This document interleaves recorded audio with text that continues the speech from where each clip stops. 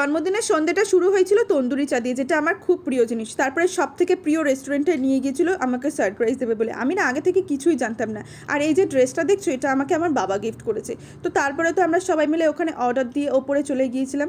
বসে বসে একটু গল্প করবো কি, চারিদিকটা এত সুন্দর ছিল, তোমাদেরকে কি বলবো। এই রেস্টুরেন্টের চারিদিকে ভিউটা না জাস্ট অসম্ভব সুন্দর। জানো তো আমার জন্মদিনটা না এমন মাসে হয় যে সময় সবসময় বৃষ্টি হয়, আর ওয়েদারটা না খুব ভালো ছিল সেদিনকেও। সবাই মিলে বসে বসে একটু ব্লু লাগান খাচ্ছিলাম আর গল্পও করছিলাম, ফটোও তুলছিলাম। তারপরে স্টার্টারে এসেছিল আমাদের ড্রাই চিলি চিকেন, যেটা অসম্ভব সুন্দর ছিল। আমরা যেই গালে দিয়েছি মুখটা পুরো কয়েক সেকেন্ডের জন্য বন্ধই হয়ে গিয়েছিল, এত সুন্দর টেস্ট। মেন কোর্সে এসেছিল ফিশের একটা আইটেম, নুডলস ছিল আর প্রন ফ্রাইড রাইস ছিল। আমার খুব ভালো লাগে প্রন ফ্রাইড রাইস। সবাই মিলে বসে বসে গল্প করছিলাম। সন্ধ্যাটা বেশ সুন্দর কাটলো। অনেক দিন পরে আমার জন্মদিনটা এইভাবে সেলিব্রেট হয়েছিল, আমি না ভীষণ খুশি ছিলাম। আর তোমাদেরকে নেক্সট ভিডিওতে দেখাবো যে জন্মদিনে আমি কী কী গিফট পেয়েছি। আজকের মতো টাটা।